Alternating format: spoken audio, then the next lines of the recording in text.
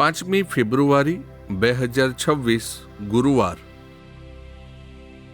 પોતાના મૃત્યુ સમયે રાજા દાવીદે પોતાના પુત્ર શલોમનને પ્રભુથી ડરીને ચાલવા અને એની આજ્ઞાઓ પાળવા જણાવે છે. દાવીદ જેમ પોતાના વંશજોને વારસો આપે છે, તેમ પરમપિતા પ્રભુ ઈસુને અને પ્રભુ ઈસુ પોતાના શિષ્યોને જવાબદારી સોંપે છે.